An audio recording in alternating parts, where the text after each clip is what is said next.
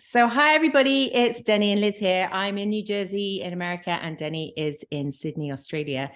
And we come to you every week with conversations that we find interesting, and I'm grateful for you to join us. We're trying out a new platform. We're doing a Zoom recording. So we're going to record our conversation and then post it and see how that goes. But please do comment, and we welcome your feedback. So today, I think we've got a couple of topics that we really want to talk about. First of all, let me ask you, has anything inspired you this week? What kind of week have you had?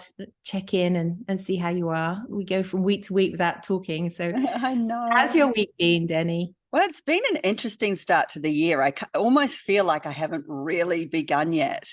And I've been spending a lot more time walking on the beach, meditating, just trying to kind of really come back to some, point inside. So to be honest, inspiration has been in the millions of dragonflies that I have seen this last week. Really? I don't know what's going on in the northern beaches of Sydney, but everywhere on my walk, I was thinking, I'm just going to be guided and try and bring myself back to the present whenever I go. So it was kind of like a walking meditation.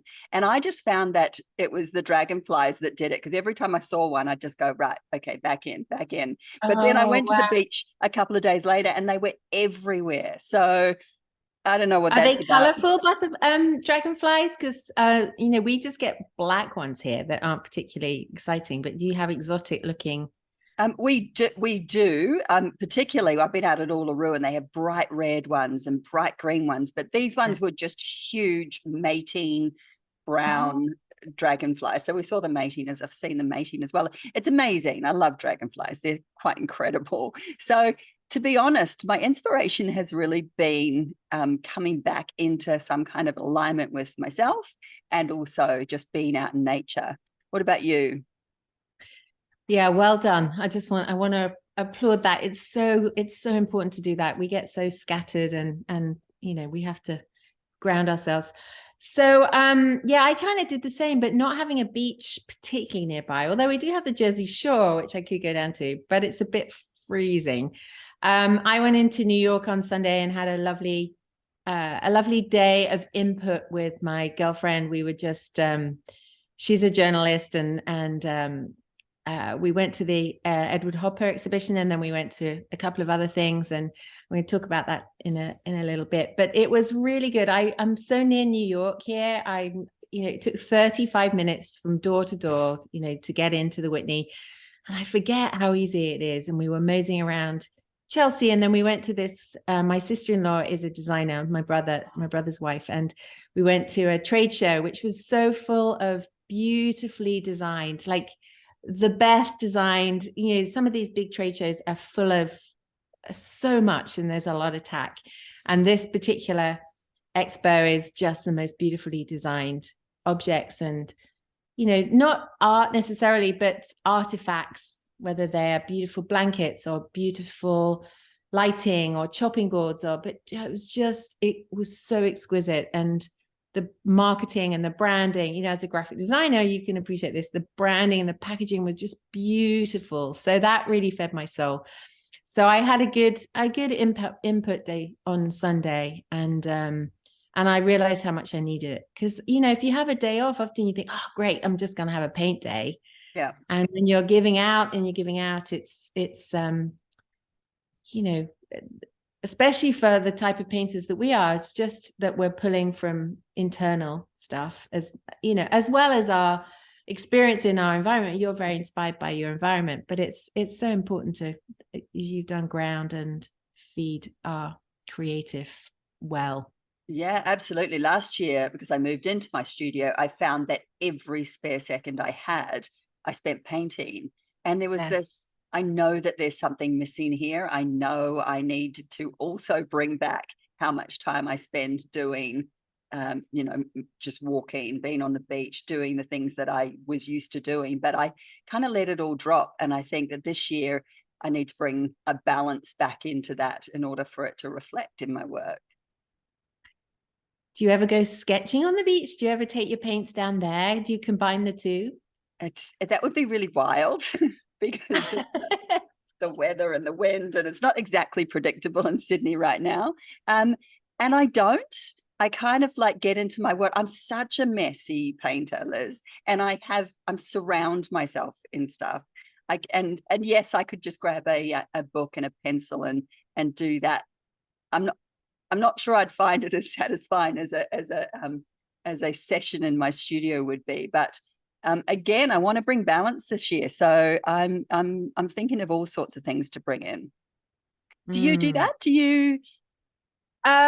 Yes, not as much as I would like to, but I'm really, I want to explore more um, how to, how to record when you're out in nature, how to record moments in 2 dimension that are, might just be a trigger for, gosh, I remember when I saw that tree or those grasses blowing in the wind, what that did to me. Just that little, rather than taking a photograph, which sort of doesn't always capture it, if to be able to make some marks in a sketchbook that remind you and trigger some more marks when you get back into the studio. I'd like to have that practice a little bit more. I've started doing it when I'm at the uplands.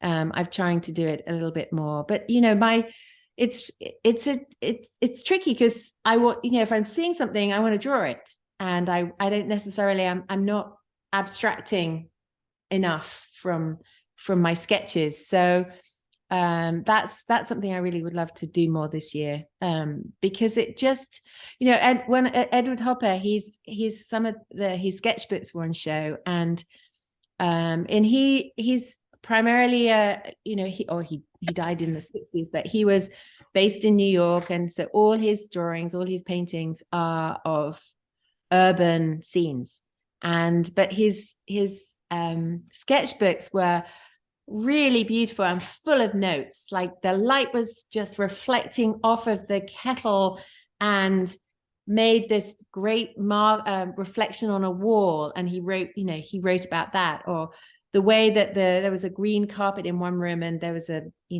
I don't know, red rug, or I can't remember, something to do with the contrast of the colors that he wanted to remember when he was painting it. So I think it made me think, actually, that is it's a good record. It feels very disciplined to do that, but I think it would be really helpful, particularly if you're absorbing from nature, and your work is inspired by nature. Yeah, I think it's the color that gets me when I'm out, and I do record a lot on my phone, just seeing. I mean, I really see the macro world when I'm walking rather than everything. I'm looking at the tiniest little things that catch my eye, and I photograph a lot of just pieces on fences of old moss, and insects or ants crawling over the concrete, and just the often litter is just it's such a juxtaposition against a beautiful natural environment that it catches my eye, and anger often as well, and graffiti and things like that. They're the things that the graffiti colors against the nature is, I love that sort of contrast.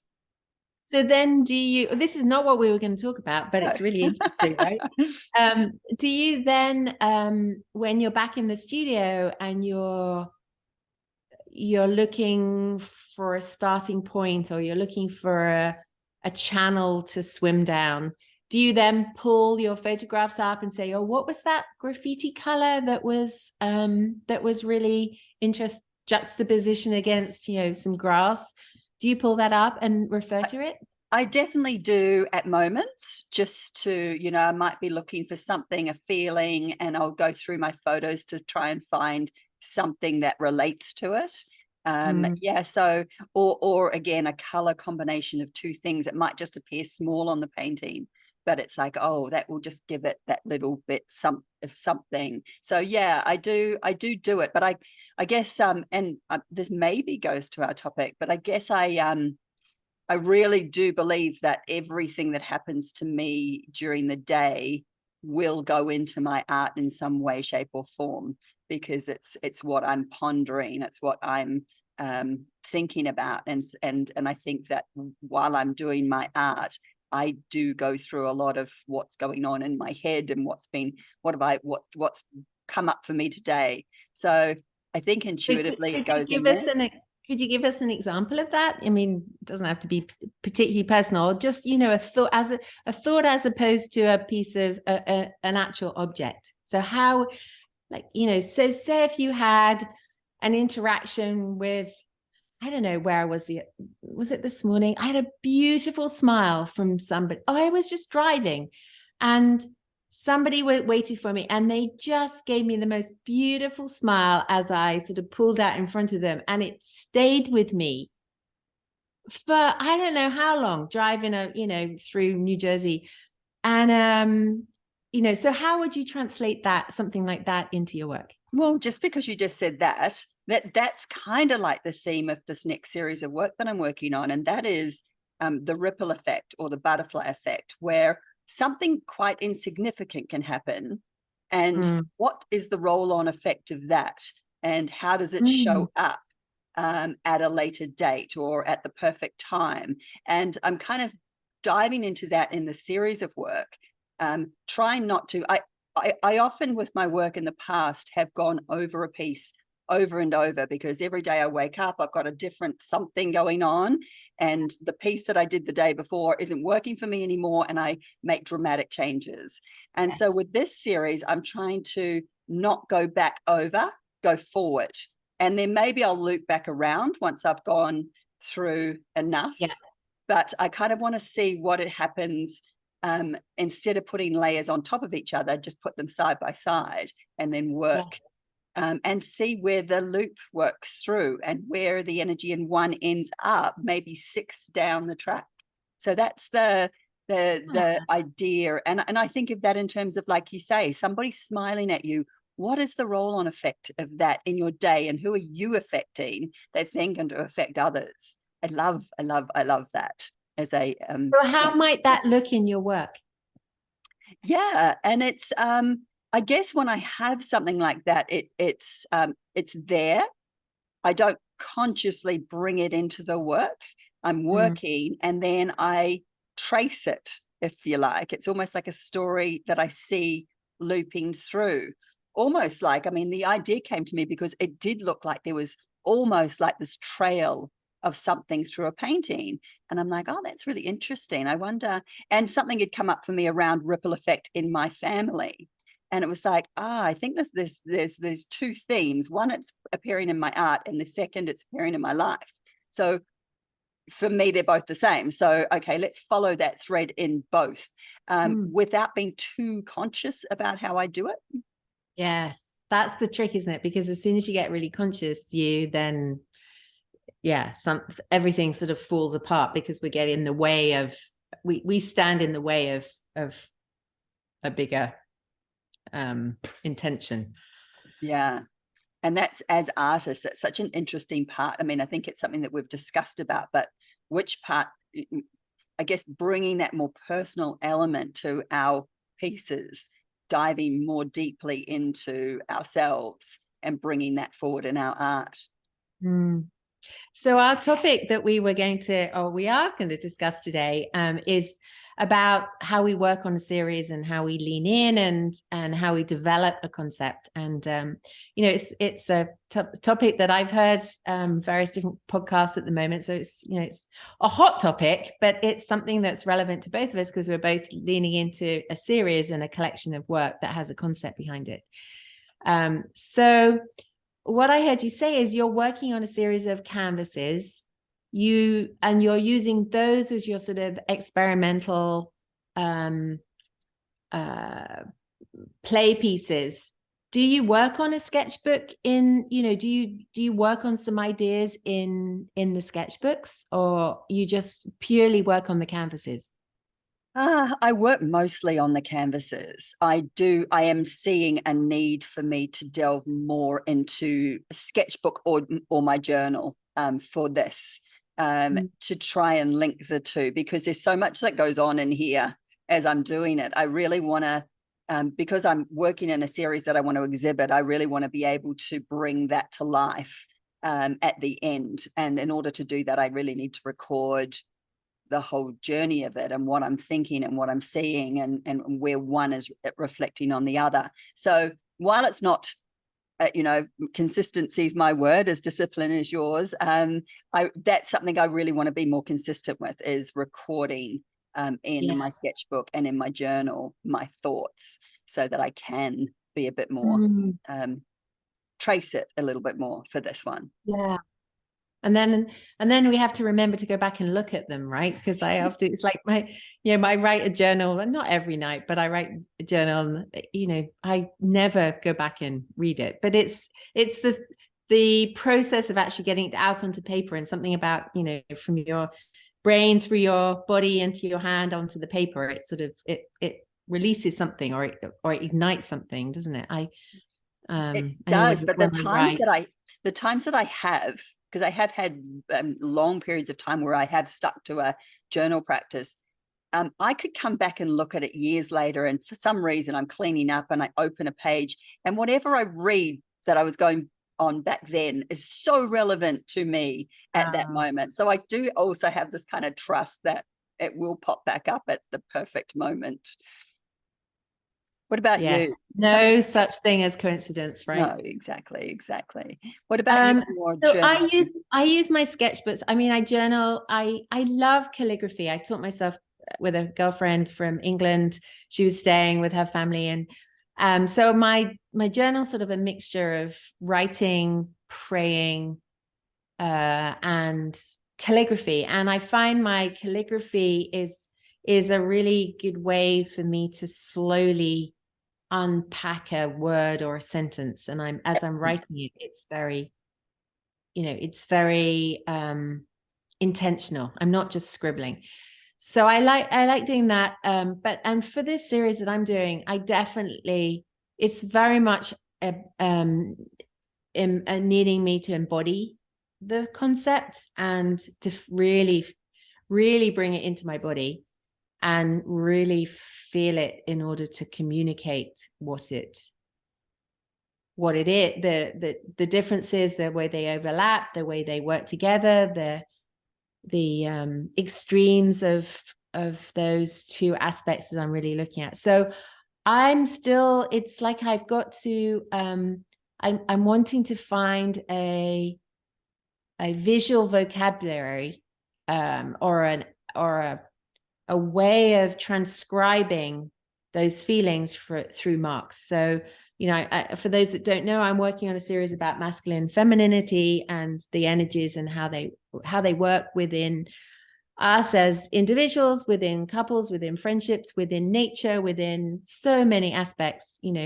Music, there's so much masculine in the music and feminine, and how they all work together, and bringing them into some studies that are either completely in the feminine or completely in the masculine, or one's dominating the other. So I'm just experimenting, and honestly, I'm so excited about it. I could probably feel I could do it for a lifetime. There's so much in it that I'm fascinated about. So I'm having to develop a vocabulary and a way of transcribing those feelings and that energy that I'm embodying. So the music is a really impactful for me, and so I've got some playlists now that are very much in the feminine, very much in the masculine, and then I have another one that has the two together. So I put those on, and I'm absorbing it through my cells, working out what the sounds like as well as what it feels like, and getting it down onto paper in different marks and also different colors, what colors represent it, what marks, what shapes represent it, so how they look, how I'm hearing it, how I'm feeling it, and what it looks like is fascinating. And so I'm still trying to find, I don't want to necessarily do that on a canvas, because I can be too quick to try and finish a painting. This is really a study. And so when I have some more of that language or that vocabulary or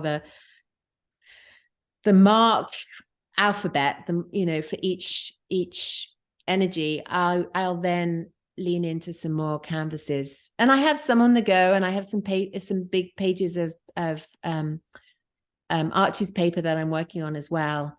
I just don't want masses and masses of layers on these ones, so I want to be a little bit more familiar with how I transcribe them without being over calculated. It's almost like I'm still learning to drive my car and what happens in different gears. Then when I'm ready, you just don't even know that you're changing gear, or that, what your clutch does. You just do it so automatically. That's what I use my sketchbooks for, to really understand that. And that's something slightly new for me. I've used my sketchbooks to develop different marks and different techniques, and mostly techniques, actually, Deni. Yep. I've not really used it to develop a deep concept. So I bought myself 3 or 4 concertina ones. I've got some other big ones, so I'm going through them. I'm trying to say it's okay. You're not painting paintings. I've got some other things I'm doing at the moment as well. So I am actually painting paintings, but not for this series. So I have some questions. Like your journals, do you find you go back over your sketchbooks? Is it something that you do? I do with my sketchbooks. And because there's so many little, it's like when you go, it's like going for a walk, your walk, when you're looking at all the details. That's what happens in my sketchbooks. I'm walking through my sketchbooks, remembering the emotion that was there, or looking at some little marks that I might not have noticed when I had done them. And and you can see it through different eyes when you go back. So yeah, I do. I have them scattered all around the studio, and I have, maybe 4 on the go at any one time.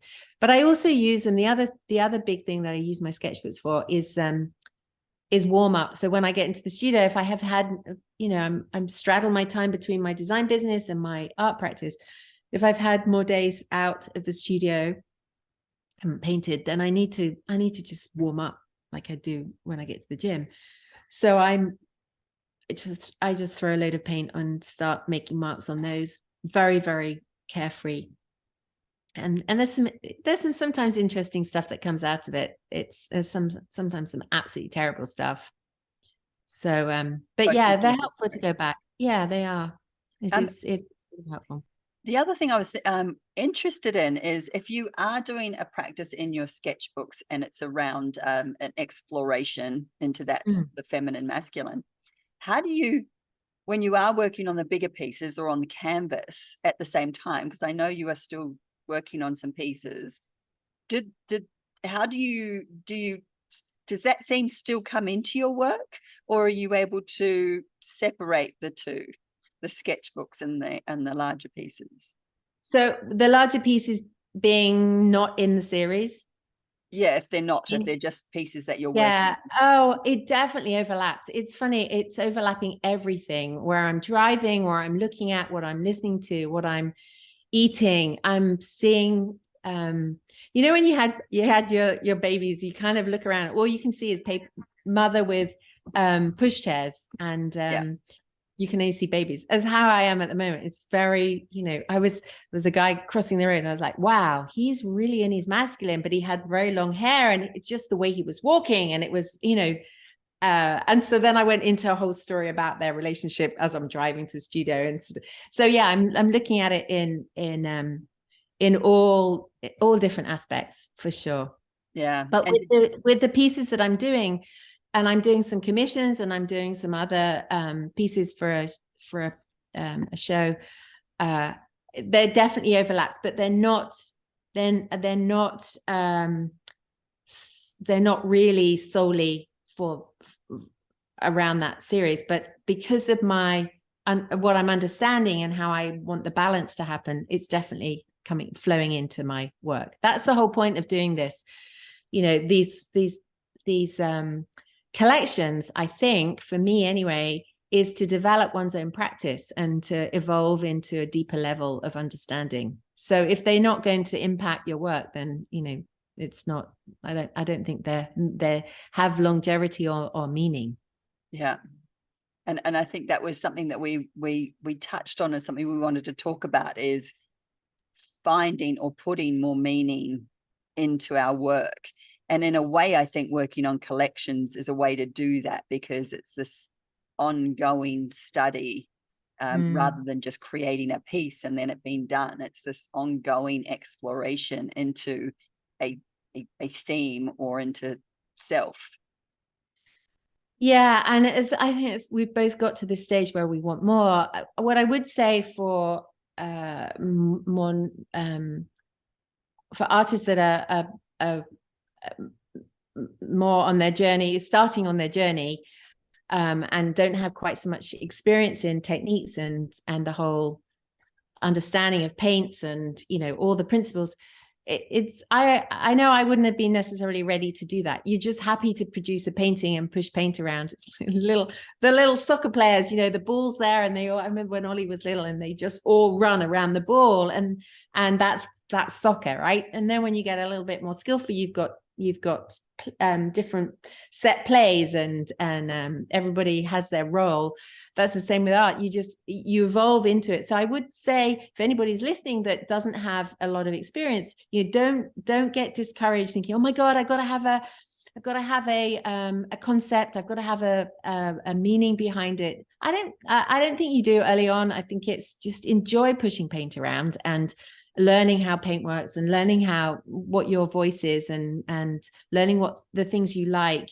And then it becomes, it's just a natural progression that you get to a point where you go, I want this to be more meaningful. And then you've got the skill and the tools to be able to throw at it. But it's an evolution, right? Deni, do you agree with me? Yeah. And I want this to be more me. I want this to reflect more me, or more my questions, or, you know, like I feel like my life is a why. It's such a why of, like, ultimately, why am I here? And I find more and more and more in my art is my exploration into an understanding of that. And in some ways, I think the answer to that is joy, and art is where I get my joy. And so it's just this kind of this ongoing conversation I have in my head as I paint. And it's almost like my painting gives me some kind of an answer, without it, you know, being so obvious. It's just this energy, or this subtle message that I get, that I bring into my bigger life. Yeah, there's such an interesting topic, and there's so many bits to it. There's so many pieces here. But you're absolutely right. And we have touched on it before, that why. I'm working with somebody on Thursday in my studio on a 1-to-1, and I've had her write her why, and she's saying, do I need to bring it in? Do you need to see it? And it's like, it's not about me. This is sort of at the root of what we're doing, and I want to know who you are. So yes, bring it in, but you have to have that. You have to have that. But and she's fairly early on in her stage. But I would say, in terms of conceptually doing work, right? You evolve into wanting more from the beautiful thing about art is it teaches us who we are, and it's the snapshot into our inner landscape, as I was saying. And thank God we have that, horrifying at times as it is, as it can be, but it's a beautiful thing. I mean, I have never known myself as well as I know myself now. I mean, okay, I'm 58 and had a lot of time to get to know, but this has really given us, or gives us all, an ability to understand who we are. And then there's that piece of, like, okay, there's the practice that I do in creating the art, and then there is this huge thing that we do as artists. Not everyone does this, and, you know, you don't have to, but the sharing of it, and the putting yourself out there for others to see, because you're no longer in control of what that says to anyone else. You know what it's saying to you, but it's open to interpretation to the viewer. And that's an interesting, it does a whole another layer of self-discovery in that reveal. Yeah, and that's a nice segue into one of the topics that we were going to discuss, and we won't go on for too much longer. But the Hopper paintings were fascinating in that regard, because he would have a single figure, often a woman, in a room, in a very pretty stark room, and she might be half undressed or just sitting at the window, kind of staring out. And there was so much, I mean, it was beautifully designed, you know, you could see all the principles, the contrast, and move your eye around, but it was stark, and it's pretty harsh and very masculine feeling. But there was enough space in his paintings for me to go, who is she? Why is she sitting there? What's happened? Oh, this is what's happened. She's just had a telephone call from somebody, and she's just working out what she's going to say when she, you know, my mind was sort of going mad. And every painting that I went to gave me space to do that. And that was a really generous offering, I think, and probably incredibly intentional in his work. I now want to go back and read a bit more about him. And so what we were wondering, we were talking about earlier, is how we do that as abstract painters, and where we're not actually telling anything in terms of a realistic story, but we're giving our audience enough space for them to be able to implant their own interpretation and their own emotional reaction. So it's like when I used to stage houses, and you know, one of the things was simplifying, and not because, you know, they weren't necessarily pretty, but the main goal was to allow people to implant their own life and their own stuff into the space, and go, I can imagine myself in here. So it wasn't crammed full of everybody else's energy or the homeowner's energy. I opened the door to go, there's, you know, how would you live in this space? That's how I used to create, tell the story in the staging. And that's I think it's a really beautiful thing if artists can do that to their viewers. Yeah. And I think that the key word that you're bringing up is space, because I think it's the space we put into our work rather than the filling of it. And I think as graphic designers, you know, that, you know, white space is so incredibly important.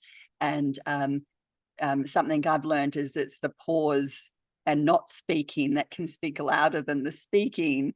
And I think what I've learned, one of my biggest lessons on canvas, is it's the space that I leave that speaks the loudest in a way. And like you say, that allows someone a doorway in. And that's what I often see in my paintings, is this place, an opening. That seems to be a theme that I can see in my own work, is this opening to go in and find your way through. So yeah, I think that word's the space is really beautiful, a beautiful observation. So you see the space as the doorway in? Yeah, the pause. It's almost, you know, you've probably heard this about the breath, that the important place in breath is not the inhale or the exhale, but the place in between the two. That's like your place into discovering more about consciousness or being one. And I feel that that's this interesting balance point in an artist's piece, is where is that balance place that allows me in, kind of like that. And I wonder that about the exhibition that you've seen, where that doorway in to his work was for you. So that's really fascinating. This is why I love these conversations. So here's where I'm at with that is, so I see, and I use space. It's really important to have space in my work. But the reason I have space is I want the intensities, I want the a portal that has the history to pull you right in, but then I want to be able to give people space to rest and come up for breath. So it's not my entry point, it's actually my exit point. Wow. So that's really interesting, right? That's how I think of it, is I'm asking a lot for a viewer to come right into this really intense section. And if I do that, you can't stay in that place. It's too intense. Well, certainly as I'm painting it, that's what I'm feeling. I need to come back for air. I need to come up for air, and then I can kind of go, oh wow, okay. I got it. And it's that when I used to illustrate children's books, it was very important that you zoom in and you give, an intimate conversation or an intimate connection, and then you take the viewer back out again to give them. So I learned to do that when I was illustrating the books, and like I was in a filming, I had a camera, so I would be actually zooming in with my lens. I was filming a film and a story or actors, and I was zooming in and then I pull out. So that's what I do with my work, but I see it as an exit sort of space. It's not how I bring people, it's not how I draw people in. Yeah, it's interesting, and it's not something I've thought of consciously, but I wonder whether I'm a bit of an introvert, and the most difficult part of people to me is that first bit.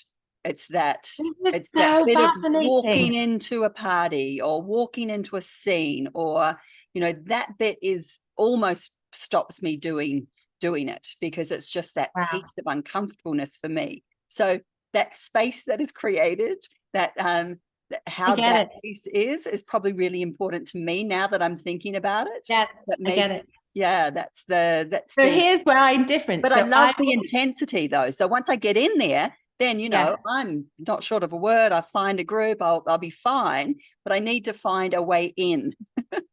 So there's a lot. So yours is like a waiting room. Like you get to a doctor's surgery and you sit in the waiting room, and then you go in for your.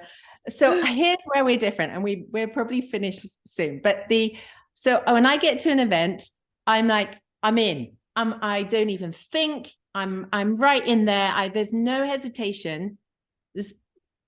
It's just how we're made, right? I'm in, and then I go, holy shit, okay, I need to get out. I like, this is too much. I'm like, my brain is, so I need an exit point. So that's how I paint. So yeah, that's so interesting. So life is art, right? Life is art. This is our personalities on our canvas. There you are. It's beautiful. So we're doing it. We're doing it. Yes. We don't even think about it. We're doing it. I love it. Yeah. Oh, brilliant. Well, maybe we should I have no idea what the time is, but maybe we should call it a day. And 45 minutes where we've kept up. Perfect. Well, I could carry on talking to you all night. So thank you, Deni. And we will post this, and you'll see this up on our screens. And I hope you enjoy our conversation.